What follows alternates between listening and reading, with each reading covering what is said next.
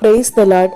இன்றைய நாளில் ஆண்டவர் சொல்ல விரும்பும் வார்த்தை, தகப்பன் தான் நேசிக்கிற புத்திரனை சிட்சிக்கிறது போல கர்த்தரும் எவனிடத்தில் அன்பு கூறுகிறாரோ அவனை சிட்சிக்கிறார். நீதிமொழிகள் 9:12. அன்பான தேவனுடைய பிள்ளைகளே, உலக பிரகாரமான தாய் தகப்பனை நல்லா கவனிச்சிருக்கீங்களா?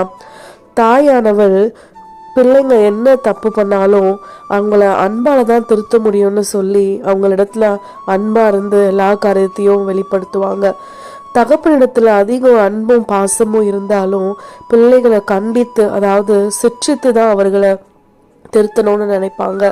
அதே போலதான் நம்ம ஆண்டவர் நம்ம மேல அதிக அன்புள்ளவராக இருக்கிறபடினால் ஏதாவது ஒரு காரியத்தை நமக்கு உணர்த்தணும்னு நினைக்கும் போது சின்னதா ஒரு கஷ்டத்தை கொடுப்பாரு.